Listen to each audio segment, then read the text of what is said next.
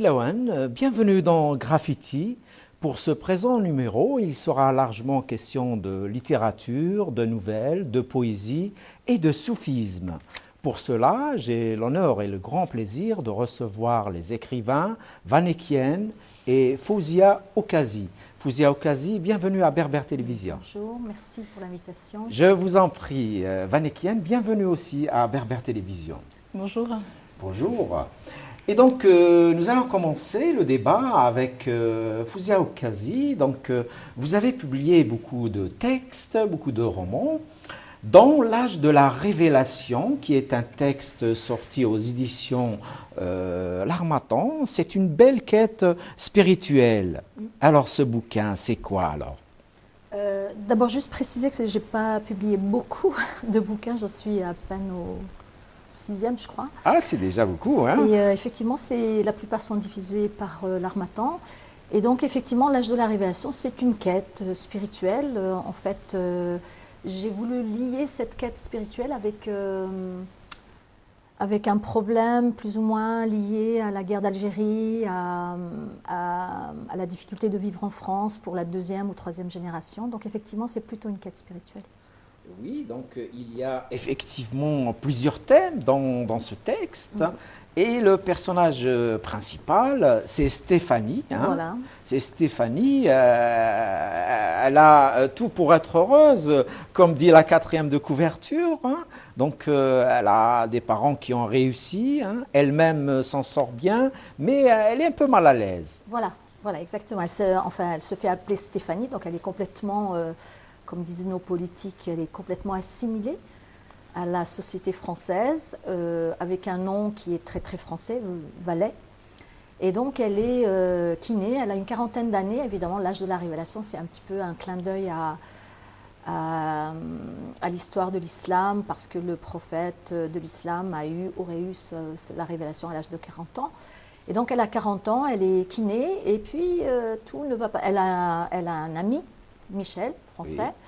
Oui. Et puis, mais tout ne va pas pour le mieux et elle se demande ce qui se passe. Elle sait qu'il y a quelque part un petit secret dans sa famille. Elle sait qu'elle est d'origine plus ou moins algérienne, mais bon, tout ça, c'est un peu tu.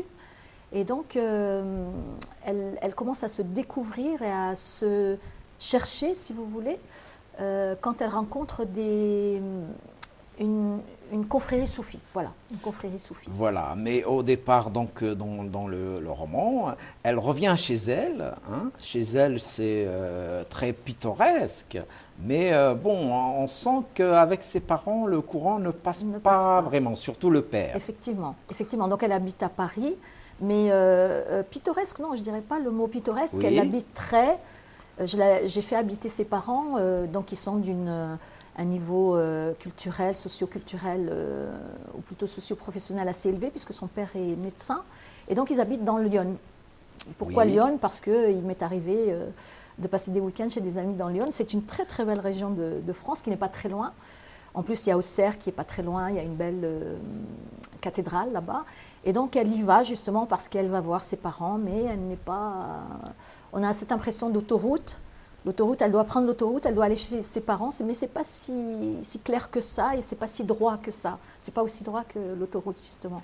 Mais quand même, il y a aussi quelqu'un hein, chez elle qui lui donne confiance dans la vie. Hein. C'est cette vieille femme oui. Que vous faites appeler Tessa. Tessa, donc du prénom kabyle Tessaadit. Et donc Tessa, effectivement, qui est une référence...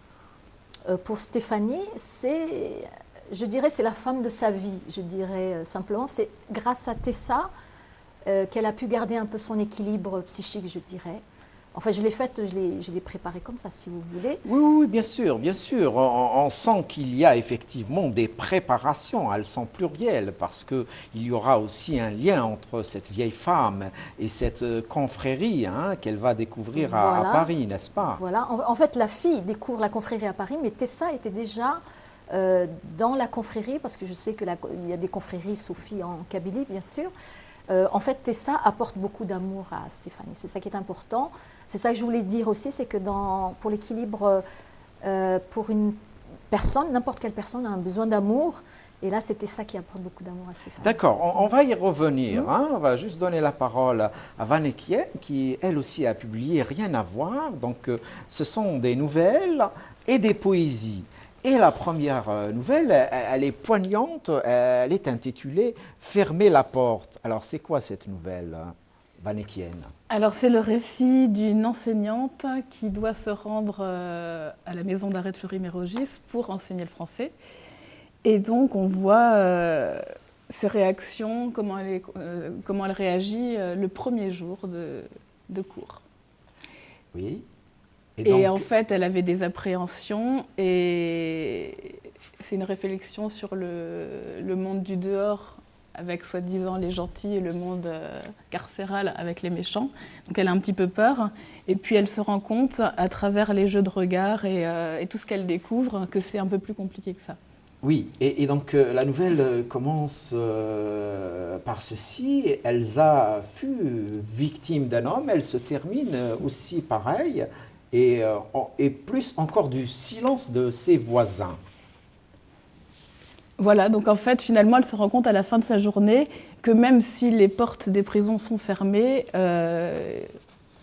il y a une communication, ça c'est pas si simple que ça, et il y a des gens qui taisent, qui ne parlent pas, qui, par leur attitude passive, sont aussi coupables d'une quelque manière. Tout à fait. Et puis donc, c'est un texte assez court, mais vous transmettez quand même l'ambiance qu'il y a dans ces territoires-là qui ne sont pas très connus, n'est-ce pas? Alors, ils sont un petit peu connus par certains films. Oui. J'ai beaucoup aimé le film Un prophète qui se déroule au même endroit. Oui. Au cinéma, on a quelques représentations, mais c'est vrai que c'est des lieux qui font un petit peu peur. Et vous-même, je crois, vous les connaissez physiquement, vous y êtes allé, n'est-ce pas? Oui, j'ai eu l'occasion d'animer des ateliers d'écriture au sein de la maison d'arrêt de Fleury-Mérogis. Comment ça se passe en général? C'est facile à faire ou c'est plus difficile? Les gens, quand ils discutent avec vous, ils vous respectent ou bien certains ne veulent même pas dire un mot avec vous?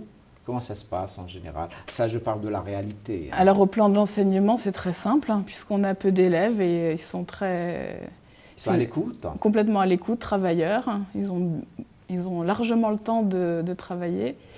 Et donc, c'est une situation d'enseignement assez donc, facile. Ils sont motivés, au fait, malgré respectueux, le fait qu'ils motivés, soient dans ces lieux-là, incarcérés, mais ils sont assez motivés, c'est ça? Oui, parce que les cours, la bibliothèque et le sport, c'est les seuls moments où les détenus peuvent avoir une vie ordinaire. Donc, évidemment, c'est des moments qui se déroulent tout à fait normalement. D'accord. Et puis donc la deuxième nouvelle est intitulée Paroles froides et nouvelles fraîches. Alors, c'est quoi cette nouvelle, Alors là, Vannekienne? c'est un monologue un peu plus complexe qui fait un peu froid dans le dos au départ, Oui. parce qu'on se retrouve dans la peau d'un homme qui parle à la première personne, qui ne sait pas où il est. Il a été séquestré dans un camion frigorifique. C'est un policier qui n'a jamais réussi à être un bon policier en Serbie. Il est d'origine kosovare, Oui. mais déjà il a trahi les siens en allant travailler en Serbie. Ensuite, il a trahi encore une fois le milieu de la police puisqu'il a basculé du côté des trafiquants en étant d'abord un indique. Et il n'arrive pas à être un voyou, ça ne fonctionne pas. Et donc, il finit par disparaître et par vivre à Kaboul. Et il a enfin trouvé sa vocation. À la fin de la nouvelle, il est détective privé. Et à Kaboul. Ah, c'est quand même un monde aussi inconnu, hein? Plus inconnu peut-être que le milieu de l'incarcération. C'est un pays très difficile à vivre aujourd'hui, l'Afghanistan. Oui, mais en fait, ça se finit de façon extrêmement surprenante sur une touche un peu féministe. C'est-à-dire qu'en Afghanistan, les femmes, Oui. contrairement aux préjugés qu'on pourrait avoir, vont à l'université, etc. Et donc, lui découvre, il voudrait être utile, il n'a pas réussi à être un bon policier, il n'a pas réussi à trafiquer de la drogue.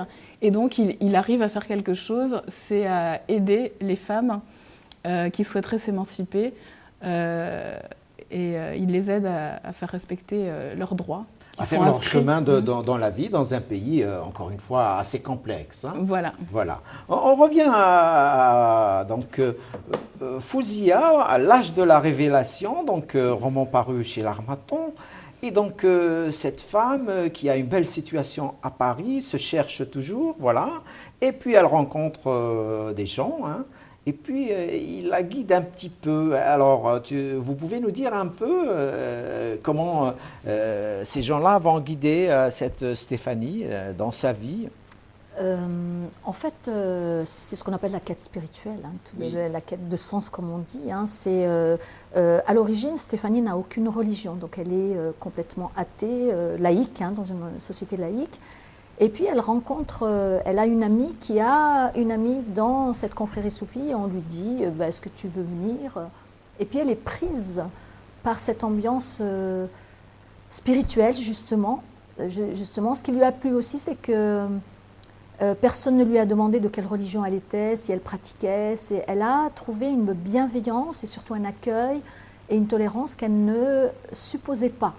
Oui. Qu'elle ne supposait pas. Elle n'avait jamais parlé de religion, ni avec surtout pas avec sa mère, parce qu'elle a...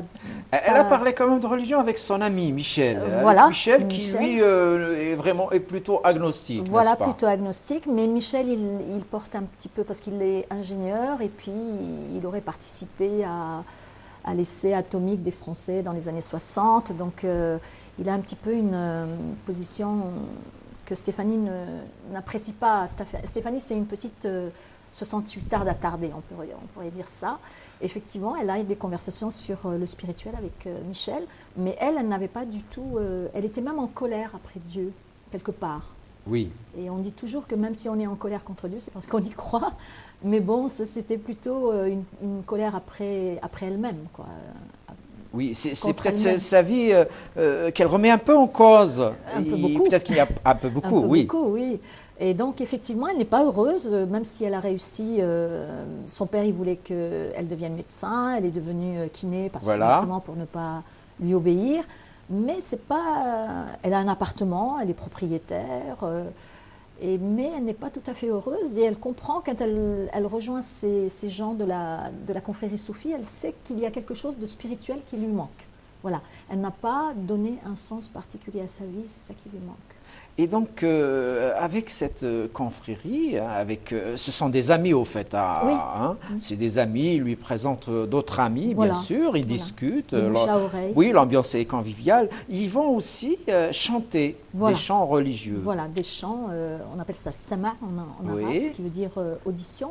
Et donc c'est ça qui la soulève quelque peu. C'est Oui. quelque chose qui la happe et qui l'a fait monter, comme on dit. Hein. Et donc elle a beaucoup apprécié, même si elle ne comprend pas un seul mot d'arabe, puisque les chants religieux se font en arabe. Et donc elle était plus ou moins... Mais je ne sais pas si je le dis, je ne me rappelle plus, ça fait longtemps que le livre a été Ce n'est pas publié. grave, dites toujours. Elle appréciait les chants religieux chrétiens. Oui, les oui, chants vous le dites. les chants grégoriens. Et donc, elle avait toujours plus ou moins écouté des chants grégoriens dans les églises, dans les cathédrales gothiques de Paris, mais elle ne connaissait pas les chants... Et puis, elle sera captivée aussi par un homme, Nadir, Voilà. dont elle tombe amoureuse. Voilà, parce qu'il est beau et parce qu'il a... en fait, elle fait une espèce de parallèle entre la spiritualité et cet homme, comme si des hommes spirituels étaient plus fréquentables dans ce roman que dans la réalité. Oui, pour elle, c'est une forme de magie, cet homme Voilà. souvent silencieux, Voilà, plongé très- dans une revue, hein, n'est-ce pas? Voilà, il est très silencieux, il est plutôt intérieur, comme on dit. Oui, oui. C'est une personne intérieure et ça lui plaît beaucoup. Mais ce qui lui plaît, enfin, là où elle va se poser des questions, parce qu'il la demande en mariage Oui, oui. religieux et elle ne suit pas le... elle ne Ah, suit pas là, le- on est étonné un peu en tant que lecteur. Elle est amoureuse, mais elle ne va pas tout de suite dire oui, parce que Nadir, il se trouve, est déjà marié. Voilà. Donc elle n'est pas dans la mentalité... je ne sais pas si ça existe beaucoup dans la société algérienne, mais certainement un homme qui est marié civilement, religieusement et qui peut prendre... dans la société française, on dit toujours oui, mais les hommes, ils ont beaucoup de maîtresses. Oui. Alors, dans la société musulmane, on va légaliser Avec l'union soi-disant avec un mariage serment religieux. Voilà, voilà. Et C'est elle, ça. elle n'arrive pas à adhérer à ce genre de... Elle, Non. non, pour elle, ce n'est pas la bonne méthode. Ce n'est pas la bonne On méthode. va y revenir, hein, pour passer à la troisième nouvelle, donc de Rien à voir de Vanickienne. Et donc là, c'est un texte encore très fort. Hein. Je m'appelle Daniela. Alors le titre de la nouvelle, S'aiguiseront quelques lames plus sauvages. C'est un beau titre, Vanickienne. Alors, c'est un hommage à Jacques Reda, puisque je lui ai emprunté ce titre. J'ai lu L'improviste. Donc, Jacques Reda est poète. Oui. Et dans ce livre, il fait une lecture du jazz que je trouve très bien écrite. Et je m'inspire beaucoup des poèmes, de la musique pour écrire. Et donc, ça peut paraître étrange parce que le titre ne correspond pas à la nouvelle. Oui. Mais c'est un titre poétique, voilà. Oui, quand même. Peut-être qu'il y a des relations. Hein, cette Oui, il y a des relations. marginalité, hein, n'est-ce pas, de cette femme qui raconte, n'est-ce pas?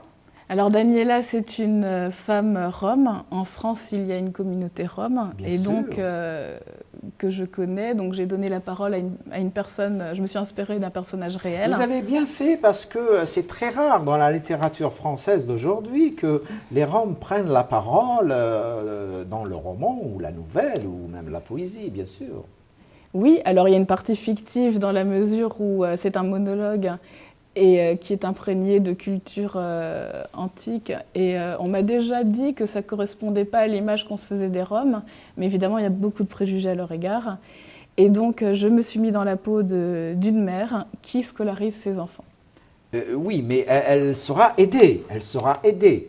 Elle ne va Voilà. pas le faire toute seule. Donc il y a toujours des gens quand même qui sont à l'écoute, qui restent humains, malgré le déferlement de la haine aujourd'hui dans le monde, et surtout dans le monde occidental. Il y a beaucoup de haine vis-à-vis des migrants. Alors effectivement, la communauté rome, c'est un petit peu particulier parce que c'est une communauté qui est installée en France, mais qui n'est pas Depuis encore longtemps, intégrée. bien Oui, sûr. qui n'est pas encore intégrée.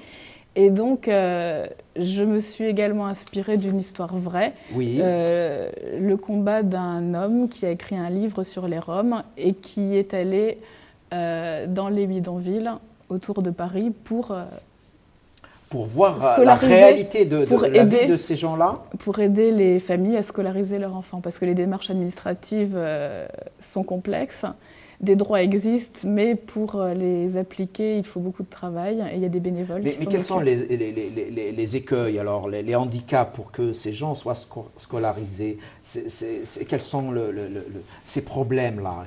Qu'est-ce qu'ils rencontrent comme problème? Bah, le thème essentiel, c'est la précarité, c'est Oui, l'absence bien de sûr, revenus. bien sûr. Mais dans la réalité, je veux dire, on ne les accepte pas facilement dans les écoles du coin, par Alors exemple? le problème, c'est pour l'inscription. Donc il y a le Oui. problème que ce sont des gens qui n'ont pas d'adresse, qui sont SDF, donc ils ont le droit à une adresse. Les enfants, il y a une obligation de scolarité. Oui. Donc trouver une adresse. Ce qu'on voit dans la nouvelle, c'est que il y a un problème aussi de conditions de logement, trouver des vêtements, etc. Enfin, ils sont dans la survie. Et donc c'est très difficile de pouvoir être à l'heure à l'école Bien sûr. tous les matins. Mais ça fonctionne de plus en plus. Je suis assez positive parce qu'avant, les enfants roms n'allaient pas à l'école et de plus en plus, ils y ont accès. Nous avons vu quand même des Roms qui ont bien réussi. C'est le cas de cette fille qui est devenue juge, je crois. Oui, Voilà. avocate. Oui. Juge oui, ou oui, avocate, oui. je ne me rappelle plus. Mais bon, la presse en a parlé, n'est-ce pas? Oui. Donc voilà, le rêve est toujours possible. Oui, c'est possible. Moi, je sais que j'ai enseigné le français Oui. à des enfants roms et j'ai eu des élèves qui étaient très doués, qui ont arrêté leur scolarité. C'est difficile, en fait, pour eux d'aller jusqu'au bac. Mais peut-être que pour la génération future, Ils ça sera pourront possible. peut-être aller plus loin. Oui. D'accord. Et donc, dans cette nouvelle toujours, vous écrivez, hein, les mondiaux les plus beaux sont les moins efficaces, 5 € par jour, les plus délabrés, les plus convaincants vont jusqu'à 15 €. Il y a quand même un jeu de rôle, là, même dans ces façons d'essayer de gagner un peu sa vie. Bien sûr, c'est de la communication. Enfin, faire la manche, c'est un métier. C'est un métier qui est fatigant, qui est compliqué. qui demandent de l'organisation et qui demandent, comme nous, une tenue particulière, une attitude particulière. Oui. Et les gens qu'on voit dans le RER faire la manche, quand on les voit le soir chez eux, ils sont très différents. Bien sûr. C'est-à-dire qu'ils ont une culture, ils ne sont pas habillés de la même manière, ils ne s'expriment pas de la même manière et on peut rencontrer les personnes vraies en dehors de leur moment de travail. Et là, ils sont comme tout le monde, probablement. Bien sûr. Ils sont leurs préoccupations, ils sont humains, tout simplement, n'est-ce pas? Particulièrement accueillants, pacifistes. Souvent, ils ont de grosses difficultés. Bien sûr. Mais c'est bien que tout. Vous le disiez, parce qu'on a souvent dans la tête ce cliché, effectivement, de gens qui pourraient être dangereux, voilà. Et moi, si j'écris de la littérature, c'est justement pour prendre un peu de distance avec les médias qui rapportent toujours les faits scandaleux. Oui. Mais dans tous les milieux sociaux, il y a des gens qui posent problème, des enfants, des voleurs, des délinquants, etc. Et donc, évidemment, on met la lumière sur les délinquants dans ce milieu, mais l'immense majorité n'est pas comme cela. C'est bien que vous le disiez parce que vous connaissez donc cette communauté. Je reviens à Fouzia donc, et à cette femme, Tessa Tassadit. Donc, elle est comme sa fille, hein, qui est la maman de Stéphanie. Donc, elle a un parcours un peu chaotique. Hein, c'est la guerre d'Algérie.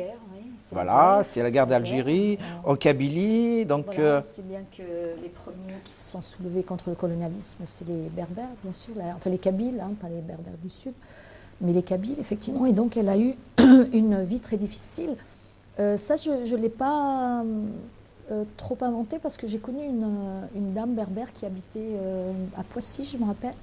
Et elle m'a dit qu'effectivement c'était très très très très difficile, surtout que les montagnes berbères sont très froides en hiver. Bien sûr. Il y a de la neige bien sûr, et donc c'était très très compliqué.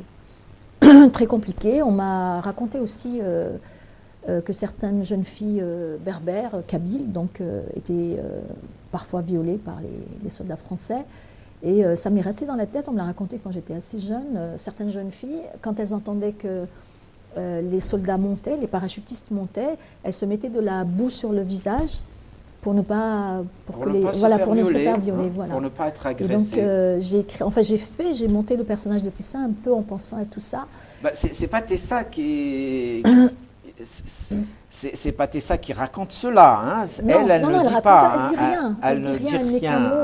Elle n'est qu'amour. Voilà. Elle essaie de protéger cette Stéphanie, bien sûr. Voilà, elle n'est qu'amour et puis elle est surtout pardon, parce qu'elle n'a pas du tout, elle a gardé aucune haine envers les Français, ni envers le mari de sa fille. Et le mari de sa fille, c'est justement un militaire, hein, voilà. Un militaire français. Ancien militaire, oui, parce qu'ils se sont connus. Voilà. En Algérie, bien sûr. Voilà. Et c'est là qu'ils vont se marier, qu'ils vont venir en France. Voilà. Et après, il lui demande de venir en France à sa femme, mais la condition, c'était qu'elle ramène sa maman, Tessa, puisqu'elle restait toute seule, le père étant mort, etc. Voilà. Et donc, Tessa va chanter des choses. Voilà. Et elle va chanter en arabe. Oui. Et il y a un dialogue entre Stéphanie et Tessa. Donc, elle dit est-ce que tu as appris les chansons? Voilà, c'est ça. Elle lui chantait des chansons quand elle était bébé pour l'endormir. Mais effectivement, et ça, je l'ai vu aussi, je l'ai vécu dans la réalité, c'est qu'il y a des dames berbères qui parlent berbère, qui parlent très très mal l'arabe ou le français, donc qui sont en France, mais qui savent chanter phonétiquement des chants arabes religieux, soufis. Des chants soufis. Voilà. Et ça m'a toujours étonnée. C'est très beau. Parce que, je ne sais pas, je crois qu'ils doivent sentir un petit peu cette miséricorde qui sort de ces mots. Et donc, ils les gardent et ils les apprennent. Et donc, Tessa, ça a été un peu ça. Elle a bercé sa petite fille avec ça. Et donc, ce dialogue ininterrompu entre sa petite fille et Tessa va conduire plus tard à une révélation de taille, n'est-ce pas? Voilà, en fait, quand Tessa... Pas la révélation spirituelle, oui, voilà. Je ne parle pas de ça. Parce que il y a plusieurs révélations dans le roman. Voilà, mais peut-être qu'il ne faut pas... il ne faut pas tout divulguer, mais on va dire quand même l'essentiel. Voilà, donc elle apprend que son père n'est pas son père, bien sûr. Voilà. Et en fait, ce que je voulais dire, c'est que Tessa, quand elle rencontre les soufis, les chants soufis, Sama, elle retrouve un petit peu ce que Tessa lui racontait, lui chantait. Oui. Donc c'est pour ça qu'elle a une espèce Oui. de... Elle fait une liaison entre Tessa et puis ce chant soufi, et puis cet amour qu'elle a pour Tessa. Ce chant alaoui, c'est ça? Voilà, oui, en fait c'est la confrérie. C'est la confrérie, oui, voilà, bien c'est sûr. des Elle chants. retrouve ça. Elle Voilà. l'a perdu un petit Voilà. peu, mais après elle se dit, eh ben, c'est ça, c'était ça aussi. Voilà, elle doit retrouver ça instinctivement, presque de mémoire, comme la mémoire... Oui, en tout cas, ça c'est réussi, hein. C'est bien raconté dans le roman, donc L'âge de la révélation, publié aux éditions L'Armée. On revient donc au débat avec les écrivains Vanekian, qui vient de publier Rien à voir, et donc Fouzia Oukasi, qui a publié au moins 6 livres, et dans L'âge de la révélation, dont on disait quelques mots tout à l'heure. Donc Stéphanie va savoir quand même au final que son père n'est pas son vrai père. Voilà. En fait, donc c'était ça qui va lui dire ça, hein, voilà. Sur son lit de mort. Voilà, c'était ça qui lui dit. C'est quand elle sent qu'elle va partir, alors la vieille femme fait appeler sa fille à son chevet et lui raconte un peu cette histoire. Voilà. En fait, Tessa est motivée par le fait que Stéphanie n'aime pas son père. Il y a une espèce d'hostilité contre son père. Et donc, Tessa essaie de lui faire aimer son père, quelque part. Oui. Donc, elle lui dit, ce n'est pas lui qui est responsable. Il a essayé de t'aimer. Et donc, il y a une scène où le père met la main sur l'épaule de Stéphanie, qui montre qu'il l'a aimée, en fait, qu'il l'aime. Oui. Et donc, Tessa, en tout cas, il a du mérite et il lui donne tout ce qu'il peut lui donner, n'est-ce pas, hein? Par amour pour la mère. Oui, oui. Voilà. Il l'a acceptée en tant que fille, il l'a fait grandir, comme on dit, mais c'est vrai que dans la vie, ça existe, hein, ces gens qui aiment, mais qui ne savent pas le dire. Pas seulement dans la vie, là, ça existe partout, hein, n'est-ce pas? Peut-être qu'avec le monde d'aujourd'hui, c'est encore plus répandu. Hein, les gens sont un peu occupés par autre chose, n'est-ce pas? On va y revenir parce que Vanekian, d'une façon ou d'une autre, dit quand même cet amour, cet espoir dans ses poésies, en tout cas. Il y a de beaux poèmes dans ce livre. Alors, c'est dit par exemple des rythmes enregistrés sous la peau. Alors, ces poésies, comment est-ce que vous les écrivez, Vanekian, alors? Alors, ces poèmes sont écrits par rapport à des émotions. Oui. Et surtout à de la musique. Oui. Ils sont assez... c'est souvent une variation autour du thème de l'amour humain à la passion. Oui. Et donc j'ai essayé de varier énormément pour montrer toute la gamme qu'il pouvait y avoir sous forme de fragments, très diversifiés. Et donc ça n'a rien à voir avec les nouvelles qui nous plongeaient dans un monde assez difficile, avec des gens qui souffrent. Mais... comme je l'avais noté, en fait, l'amour peut s'insérer absolument partout, dans tous les milieux, et les poèmes sont très universels, il n'y a pas de personnages. Il y a quelques personnages, mais ils viennent d'un peu partout. Anissa, hein, une jeune Mauritanienne, en Normandie. Hein, Anissa, petite chanteuse à la voix éteinte. Oui, et donc tous les poèmes sont liés au thème de la musique. Oui. Parce que vous êtes aussi musicienne, vous pouvez nous le dire. Hein. Qu'est-ce que vous jouez comme instrument déjà? Moi, je suis simplement flûtiste amateur, mais j'aime bien le jazz, oui. Mais vous aimez le jazz, donc si vous êtes flûtiste, c'est que vous baignez dans ce monde. Et donc vous pensez que votre écriture a un rapport étroit, en tout cas en poésie, avec la musique? Bien sûr. Quand vous écrivez, vous écoutez de la musique, par exemple? Parfois, oui, mais... c'est plutôt que écrire, c'est écouter une musique intérieure. Oui, moi, je trouve que écrire, c'est le prolongement de la lecture. Je suis passionnée par la littérature. J'ai lu plein de livres qui m'ont fait entendre des musiques très différentes. Et à partir de ça, j'essaye de créer ma propre musique. C'est un travail de composition. C'est vrai, et il y a du rythme, y compris dans vos écritures, y compris dans la poésie, y compris dans les nouvelles, je voulais dire. Hein, ça manque de mouvement, ça manque de rythme, vous dites, dans Éloge paradoxal. Donc la vie est un rythme aussi, non? Oui, de toute façon, de la naissance à la mort, on peut dire qu'on a une grande partition à remplir. Ah, ça, c'est bien, c'est joliment dit aussi. Oui, une partition à remplir d'une façon ou d'une autre, n'est-ce pas? Oui, et puis la notion de temps est assez subjective. Et dans ces poèmes, ce que j'aimerais montrer, c'est Oui. que par rapport au tempo de la vie, il y a des moments où le temps est suspendu. Oui. Il y a des poèmes qui sont très sereins, très calmes. Il y en a d'autres qui sont beaucoup plus agressifs, beaucoup plus cyniques, beaucoup plus violents, parce qu'à certains moments, le rythme s'accélère. Donc c'est un petit peu la roue de la fortune au sens médiéval. La vie avec ses hauts et ses bas, le destin. Oui, le destin. Et il y a aussi un poème où il y a des actes et des scènes. Alors oui, ça c'est un poème en 3 actes qui est un récit d'une histoire d'amour Oui. assez énigmatique avec 3 phases. Alors ça commence par une étoile dans la nuit, c'est ça? Oui. Et donc après on arrive au laser show, c'est ça? Oui, alors là c'est le point culminant, et ensuite de la passion amoureuse, et ensuite les 2 personnages essayent de convertir ça en amour humain. Voilà. En tout cas, c'est bien mené, hein. On va y revenir pour revenir à cet âge de la révélation.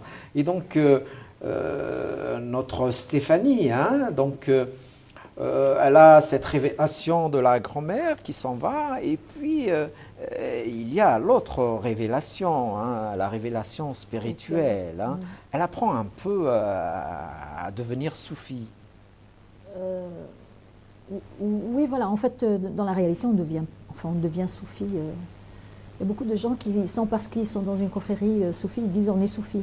Mais je pense que c'est pas possible d'être soufi comme ça. C'est un cheminement. Voilà, c'est un cheminement. C'est un long cheminement. Voilà, c'est un long chemin. Ben, ça dépend des gens, ça dépend de la prise de conscience, ça dépend des pas en avant, ça dépend des stations, comme dit l'émir Abdelkader, algérien. Hein. Et donc, elle est happée un petit peu, comme je l'ai dit tout à l'heure, par cette spiritualité qu'elle entrevoit dans le soufisme, justement. Donc, elle est quelque part, elle se regarde à l'intérieur d'elle-même, puis elle se dit, oui, pourquoi est-ce que j'ai grandi avec cette colère contre son père, cette colère contre elle-même, cette colère contre sa vie, en fait. Hein. Elle a compris qu'elle n'était pas totalement française, elle n'est pas algérienne, oui. Où est-ce qu'elle est. Et donc, le soufisme lui apporte une espèce d'apaisement, de paix intérieure, après laquelle elle a couru pendant 40 ans. Et si je vous disais un peu, le soufisme, c'est quoi? En général, hein, c'est un long débat. Oui, c'est un très long débat. Oui, c'est immense comme sujet. Hein, mais pour dire les choses très très rapidement, c'est la mystique. Aimer les autres, c'est aimer les autres, aimer Dieu. C'est la branche mystique de l'islam. Essayer d'être utile. Oh ben, il y a un peu de tout, hein, mais en fait c'est la branche, si on part du fait que c'est la branche mystique de l'islam, oui. Comme on le dit, c'est le cœur de l'islam. Donc ce qui compte chez les soufis, qui sont musulmans bien sûr, ce n'est pas l'islam en tant que dogme, si c'est important bien sûr, mais c'est aussi d'aller vers l'excellence, c'est-à-dire qu'on dit islam c'est le dogme, l'iman, la foi, c'est-à-dire qu'on comprend ce qu'on fait, on comprend pourquoi on fait la prière, on comprend pourquoi on jeûne, pourquoi on doit faire des choses. Et puis il y a l'ihsan qui est l'excellence, c'est-à-dire le bien agir, comme on dit, c'est-à-dire faire le rapport à l'autre doit être basé sur la confiance et sur l'amour, justement. Alors on dit aussi que dans le soufisme, ce n'est pas la relation Dieu-humain qui est importante, parce que Dieu, on ne le connaîtra jamais, c'est plutôt la relation horizontale. Avec l'autre, avec la nature aussi. Avec la nature. Avec tout ce qui existe, exactement. Avec la vie en général. Avec le vivant. Avec le vivant. Voilà. Que ce soit les plantes, le domaine végétal ou le domaine animal. Et donc cette Stéphanie sera quand même sauvée, n'est-ce pas? Voilà, on espère. On espère. Oui, bien sûr, elle est sauvée, puisqu'à la fin, elle dit qu'elle a appris à pardonner. Et donc, quand on lit cette phrase, elle a pardonné à son père. Mais elle a pardonné aussi... qui est revenu aussi vers elle. Hein, donc, qui est revenu vers elle. Qui va l'appeler, contrairement à ses habitudes, voilà, n'est-ce pas? Voilà, exactement. Et elle pardonne aussi à ce père qui l'a fabriqué, mais qui ne l'a pas reconnu. voilà, voilà. qu'elle n'a jamais connu. Qu'elle n'a hein, jamais qu'elle n'a connu jamais, et qui a, qu'elle n'a jamais connu. voilà, D'accord. voilà. On va y revenir. On donne la parole à Van Eekyen. Donc là, vous publiez des nouvelles, des poésies, et je sais aussi que vous avez écrit des romans. Alors, comment est-ce que vous balancez d'un genre à un autre? Alors, ces genres littéraires, qu'est-ce qu'ils vous disent alors, Van Eekyen? Mais c'est très agréable de faire des exercices de style. Je sais que là, j'ai écrit en parallèle, en même temps, 2 romans. Oui. Donc, l'un, c'est un roman noir. Oui. Je vais vers la face obscure des personnages et de ma vision des choses. Et puis, d'autre part, je rédige un roman beaucoup plus divertissant, plus léger. 24 heures dans la vie d'une prof. Voilà. Voilà. Voilà. Donc ça c'est le roman, vous y êtes déjà dedans, vous avez écrit des nouvelles, des poésies. Alors si je vous disais, quelles sont les différences entre ces 3 genres, très importants de la littérature en général? Vous vous sentez plus à l'aise dans la nouvelle, dans le roman? Alors, je préfère le roman parce que le roman regroupe tout. Oui, on peut tout dire dans un roman, n'est-ce pas? Dans le roman, on a une part de dialogue, de théâtralité qui est évidente. On a donc... oui, parce qu'à l'intérieur des poèmes, j'ai mis le théâtre aussi. Oui, Et puis, les nouvelles sont des monologues. Oui. Donc il y a un mélange des genres oui. Que j'aime bien. C'est des nouvelles qui pourraient être des romans d'ailleurs. Hein. Si vous les travaillez, vous pourrez en faire des romans. C'est très riche. Oui, et puis un roman a son rythme, un rythme poétique. On peut mélanger la philosophie, sociologie, science, de tout. C'est un mélange qui fait que je trouve que la littérature a vraiment un rôle essentiel à jouer, surtout en ce moment, où on commence à décloisonner un petit peu les domaines, les matières qui sont enseignées à l'université. Dans quel sens vous dites le roman peut être utile? À la société elle-même, au débat de société? Mais moi, au sujet peut-être qu'on n'aborde pas dans les médias? Pour moi, c'est pour ça que j'écris, c'est une forme de journalisme un peu particulier, c'est pour témoigner, c'est de la littérature engagée. Pour défendre des causes, mais sans être dans une idéologie, sans aucun parti pris politique, simplement pour sonder un petit peu des sujets de société. Est-ce qu'aujourd'hui les écrivains en France sont vraiment écoutés quand ils sont un peu à la marge? Parce qu'il se publie énormément de livres en France. Parfois, il y a des livres qui sont plus médiatisés que d'autres et qui parfois ne portent pas de message, ne sont pas engagés, ne racontent pas peut-être une forme d'essentiel. Je pense qu'à partir du moment où on écrit, c'est une forme d'engagement, même si c'est neutre, même s'il n'y a pas d'engagement apparent. Quand on raconte une histoire, même de façon très réaliste, très simple, minimaliste, c'est une façon de voir les choses. Donc, pour moi, l'art pour l'art, c'est pas possible. D'accord. C'est aussi une conviction qu'il faut montrer la beauté.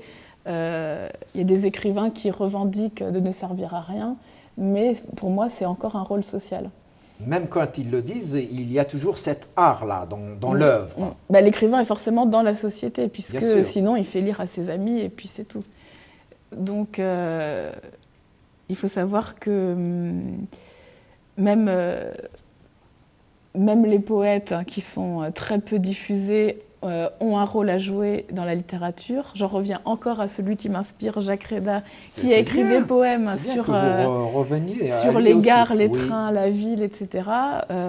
Tous les genres ont leur mot à dire, même s'ils sont peu diffusés dans les médias dominants. Je suis sûre que ça va changer. Avec la révolution numérique qui est en cours, je suis sûre que les gens vont accéder de plus en plus facilement à des ouvrages méconnus. C'est très possible, effectivement. Les médias se diversifient énormément. Oui, c'est vrai. On parlera tout à l'heure des blogs, et c'est en rapport, effectivement, avec cela. Pour l'instant, je reviens à Fouzia. Donc, vous avez publié d'autres textes. Vous avez publié en 2008, toujours l'Harmattan, La femme de l'émir. Oui. Alors, c'est quoi ce roman? Donc, je suis partie de l'histoire de l'émir Abdelkader, bien sûr, une histoire qui est connue. En fait, c'est un personnage qui me fascine. C'est un personnage qui me fascine parce qu'en Algérie, on en parlait comme un nationaliste, et puis celui qui a inventé l'État algérien, l'État moderne algérien, oui. Mais ce n'est qu'en France qu'on sait qu'on a appris qu'il était soufi. Oui. Et donc, c'est quelqu'un qui a écrit... Il serait aussi franc-maçon. Ah alors Et donc, pour revenir, on reviendra sur la franc-maçonnerie, si vous permettez. Donc, j'ai écrit ce roman parce que j'ai toujours été fascinée par des hommes qui sont spirituels, parce que j'ai toujours l'impression qu'il y a un côté féminin en eux que ne montrent pas les hommes lambda, comme on dit. Donc j'ai raconté, pour donner un petit peu, c'est un roman féministe, hein, parce que j'ai donné la parole à sa femme, et pas à lui directement. Mais à quelle femme? Parce que quand même, l'émir Abdelkader a été polygame. Il en a eu beaucoup de femmes, n'est-ce pas? Voilà, on dit qu'il a été fou amoureux de sa cousine Khaira. Ça serait la première? La première, voilà. La première femme. La première. Et dans le roman, j'en donne une deuxième, et je l'explique, c'est une Kabyle, bien sûr, et je l'explique par les nécessités politico-sociales de l'époque. Oui, cette femme l'a même accompagnée donc, en prison en France, avant qu'il ne soit, qu'il n'aille en Syrie, mais oui, voilà. Au château d'Amboise. Voilà. Et donc, c'est un récit, c'est un roman, mais qui s'inspire quand même de réalité historique. Hein. Là, donc, c'est la femme de l'émir. Et vous m'aviez dit l'autre jour, hors antenne, bien sûr, qu'un éditeur algérien avait repris les droits d'auteur et qu'il avait été publié, c'est ça? Oui, mais malheureusement, je ne me rappelle plus du nom de la maison d'édition. Ce n'est pas grave. Je sais qu'elle est à Annaba. Oui, dans l'Est du pays. Dans l'Est du pays, voilà, mais je n'ai pas gardé en tête. Et puis qui ne m'a pas contacté non plus. Hein. D'accord. Et il y a aussi le dernier, je pense, Lila, le roman. Alors, le roman, Lila. Oui, alors le roman... Toujours aux éditions L'Harmattan. Voilà, bien sûr, je suis fidèle à L'Harmattan, plus ou moins. Oui. Et donc Lila, c'est un petit peu pour rendre hommage à ces femmes, mais il y a dû avoir des hommes aussi qui ont été déchirés pendant la guerre civile en Algérie, pendant les années 90, donc déchirés entre des membres de leur famille ou leur mari ou leur frère, un qui était avec ce qu'on a appelé les terroristes, hein, voilà, et puis l'autre qui était du côté du gouvernement, donc une femme déchirée complètement. Oui, donc c'est un roman qui raconte un peu la guerre civile, la guerre contre les civils, en tout cas ces événements tragiques. Tragiques, absolument tragiques, et puis qui ont une répercussion dans la vie intime des gens. Hein, bien sûr, voilà. Bien sûr. Et donc, puis la première page, je mets que je rends hommage un petit peu à toutes ces femmes qui ont... Tout à fait, oui. Voilà, mais j'en ai connu des femmes comme ça, j'en ai connu. Et donc, qui racontent bon, c'est pas aussi dramatique que dans le livre, mais qui racontent leur position extrêmement tragique, oui, je ne trouve pas d'autre mot, c'est tragique. Le vécu des femmes, y compris aujourd'hui, reste quand même... même dans les sociétés les plus évoluées, parfois aléatoires. Hein. On parle de parité aujourd'hui en France, elle n'est pas toujours respectée, n'est-ce pas, Vanekienne? Non? Évidemment, oui. Mais dans mes textes, je ne me suis pas interrogée sur la place de la femme. Ce n'est pas grave. Si, d'une certaine façon, quand vous faites parler de cette marginale, cette Daniela, c'est une façon de parler aussi de la place de la femme. J'imagine que même pour les Roms, la place de la femme est peut-être plus difficile à tenir. Oui, justement, dans le roman que je viens de finir, je raconte l'histoire d'une Rome qui en a assez de la loi de son clan, puisque c'est une communauté fermée, et les femmes, évidemment, sont soumises totalement à la tutelle du mari et au mariage. Et donc, mon héroïne décide, au début du roman, de fuir. Et elle erre dans les rues et elle parvient à faire la route du sud de Paris jusqu'à Paris. Elle fait des rencontres, elle se fait des amis et du coup elle tombe sous la coupe d'autres hommes qui essayent de l'embrigader dans d'autres milieux. Et elle finit par rejoindre sa communauté, mais en étant libre et forte, et elle peut s'imposer. D'accord. Et le roman paraît passionnant, hein. Donc, je voudrais que vous nous disiez quelques mots sur les blogs, parce que vous disiez tout à l'heure, peut-être que justement les nouveaux outils de communication, l'Internet particulièrement, pourraient démocratiser d'une certaine façon la littérature. Donc, vous tenez quand même un blog. Qu'est-ce que vous écrivez sur votre blog alors? En général, des critiques? Alors, je l'ai appelé blog instable parce que ça dépend. Je sais que la ligne est d'être liée à la littérature et je critique de manière positive des auteurs engagés. Oui. Enfin, positive ou neutre, mais disons que je ne parle pas de ce que j'aime pas. Vous ne parlez pas de romans que vous n'aimez pas, voilà. Non. Vous avez le choix, il vaut mieux parler donc de textes qui vous plaisent d'une certaine façon, Oui. bien en tout cas que vous n'aimez pas. Et Voilà. qui traite de sujets de société. D'accord. Et en fait, si j'ai commencé par Soumission de Houellebecq, c'est pour des raisons quasiment historiques, Oui. puisque au moment des attentats de Charlie, il y avait sur la une de Charlie le portrait de Houellebecq, pour dire que la littérature a quand même un lien très étroit avec la société. Oh, oui, oui, ça a toujours existé, hein. La littérature, c'est aussi la vie d'une certaine façon, hein. Les écrivains s'inspirent de leur vécu, du vécu de leurs proches,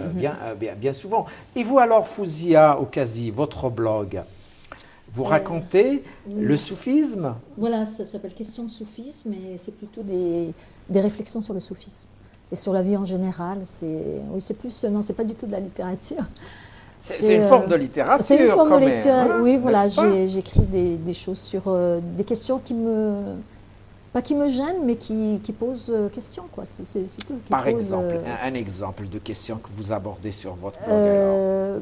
Par exemple, quand on fait un cheminement spirituel, je trouve que la part la plus difficile à faire, hein, l'Émir Abdelkader, elle parle de halte, de station, Oui. et on a l'impression parfois d'arriver à une station, puis paf, de dégringoler en arrière. Ah, donc voilà. On n'est pas arrivé. Et voilà, on n'est pas arrivé, on est loin d'être arrivé. Et donc, ce qui est le plus difficile, c'est la relation à l'autre, justement, ce qu'on disait tout à l'heure. Et donc, alors c'est beau, hein, on dit le soufisme, on aime l'autre, l'amour, mais c'est pas si évident que ça. C'est pas si évident que ça. Et on se demande toujours pourquoi on n'a pas d'atome crochu avec telle ou telle personne. Il faut être sincère, quoi. Alors qu'il y a d'autres gens qui, comme on dit en arabe, ils rentrent dans le cœur. Oui, oui. Mais voilà, je parlais de ça. J'ai évoqué aussi la relation à Dieu, c'est-à-dire ce Dieu qui parfois... il est miséricordieux, oui, c'est vrai, mais parfois il ne l'est pas du tout, donc on a l'impression que... On se pose les questions, voilà. pourquoi il y a tant d'injustice sur Terre, par exemple? Voilà, enfin, c'est pas tellement l'injustice, parce que je me dis toujours que l'homme a été créé libre, l'être humain a été créé libre, et que Dieu l'a laissé un petit peu faire ce qu'il veut, hein, puisque dans le Coran on dit je vous ai donné deux voies, Wajdain. Et donc l'homme, apparemment, parfois, a choisi celle du mal, la voie du mal. Et justement, pas toujours quand même, heureusement, hein, vous avez écrit aussi un autre texte, le Coran lu par une femme. Oui, c'est le dernier, c'est un essai, c'est pas... C'est aux éditions Edilivre, hein, Edilivre, voilà. Donc, le Coran lu par une femme, tout simplement parce que j'ai repris... certains thèmes dans le Coran, mais sachant que l'arabe est une langue sémitique. Et donc j'ai voulu reprendre le sens que j'estime vrai. Oui.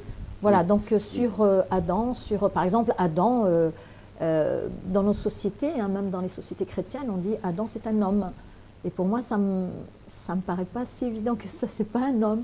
Qu'est-ce qu'il est alors, une femme? Non, pas du tout. Non, pas du tout. Moi, je pense que c'est un être asexué. C'est un être asexué. Et donc, à partir de cet être asexué, c'est un petit peu un hermaphrodite, hein, comme chez les Grecs. Et à partir de cet être asexué, Dieu aurait créé Zawj, ce qu'on appelle Zawj, donc non pas sa femme, mais un couple. Un couple. Là c'est votre regard, n'est-ce pas? C'est ma lecture, oui. C'est votre lecture. C'est un livre, effectivement, à parcourir, hein. Vous racontez aussi comment les textes, en général, monothéistes, minimisent un peu la femme. Hein. Pas seulement... oui, beaucoup. Aussi bien chez les chrétiens que chez les musulmans. Oui, bien sûr, chez les juifs, chez oui, les chrétiens, bien sûr. Vanekian, alors, vous écrivez... Quels sont les écrivains qui vous ont tant influencé? Romain Gary. Oui. Et justement, on retrouve dans ce recueil un mélange des genres qu'on retrouve dans ses romans à lui. Oui, un écrivain immense hein, qui a eu 2 fois le prix Goncourt. Hein. Il est sous le nom d'Ajar. Oui, qui a fait voilà, suite à une supercherie littéraire, mais et ben justement, lui, il était très joueur, donc il jouait avec les genres, il jouait avec les médias, il jouait tout le temps. C'était un homme caméléon, comme il le disait. Et un homme qui a eu beaucoup d'expérience. Il a été pilote, il a fait la guerre, il a fait diplomate. Diplomate aussi, oui, c'est vrai. Hein. C'est un immense écrivain, effectivement. C'est vrai. Et vous, Fouzia, alors, s'il y avait un écrivain dont vous vous sentez proche en littérature, ce serait lequel? Moi, comme je suis professeure d'histoire, j'ai le défaut de ma profession, c'est-à-dire que j'aime beaucoup les romans historiques. C'est pas un défaut, hein. Mais par contre, en parlant de Romain Gary qui était diplomate, il y a aussi Jean-Christophe Ruffin, que j'aime beaucoup, oui. Et qui a écrit d'immenses romans. Le dernier que j'ai lu, c'est Jacques Coeur, qui est un roman historique, et donc que j'ai beaucoup apprécié, qui était sur ce bourgeois qui a travaillé au XIVe siècle à Bourges, en fait, qui s'est installé à Bourges, et j'ai beaucoup aimé. Et Ruffin, il a un style qui est très agréable à lire. Oui, c'est vrai. Voilà, mais c'est vrai que je suis un peu éclectique aussi dans mes lectures. J'aime beaucoup. Par contre, c'est les policiers. Je n'arrive pas. Vous n'arrivez pas à les lire? Je n'arrive pas à lire les policiers. Ce n'est pas grave. Et malheureusement, on arrive au bout de notre voyage, au bout de notre émission. Peut-être qu'on a oublié quelque chose ou bien un dernier mot, Fouzia Okazi. Peut-être, oui, dire que je continue un petit peu sur le travail du Coran. Ma prochaine parution, ce serait La femme en islam. On raconte tellement de choses sur la femme. Et effectivement, vous avez parlé tout à l'heure de la place de la femme, mais c'est vrai que dans certaines sociétés, c'est pire que dans d'autres. Et je trouve un peu dommage que dans les sociétés musulmanes, on revient un petit peu en arrière, parce qu'au Moyen-Âge, tout le monde sait que la société musulmane était en avance sur l'Europe, et que là, maintenant, on régresse et j'aimerais bien qu'on avance. Eh bien, c'est très bien. Je vous dis merci d'être venu et merci bonne continuation. Vanekian aussi, peut-être qu'on a oublié quelque chose ou bien un dernier mot? Pour finir, je dirais que j'incite tout le monde à découvrir, enfin à continuer à lire, parce que je pense que la lecture nous fait voyager dans notre propre imaginaire. Et donc, on ne lit pas que le texte de quelqu'un, mais le lecteur se construit aussi sa propre histoire en lisant. Et donc, voilà, je souhaite un bon voyage à tous ceux qui partent dans ce continent. Très bien, ce intérieur. Oui, c'est vrai, c'est le continent intérieur, c'est une belle chute. Merci d'être venu dans le graffiti et bonne continuation. Merci. Je vous en prie. Vous aussi, mes amis, merci de nous avoir regardés. Portez-vous bien, prenez soin de vous. Au revoir.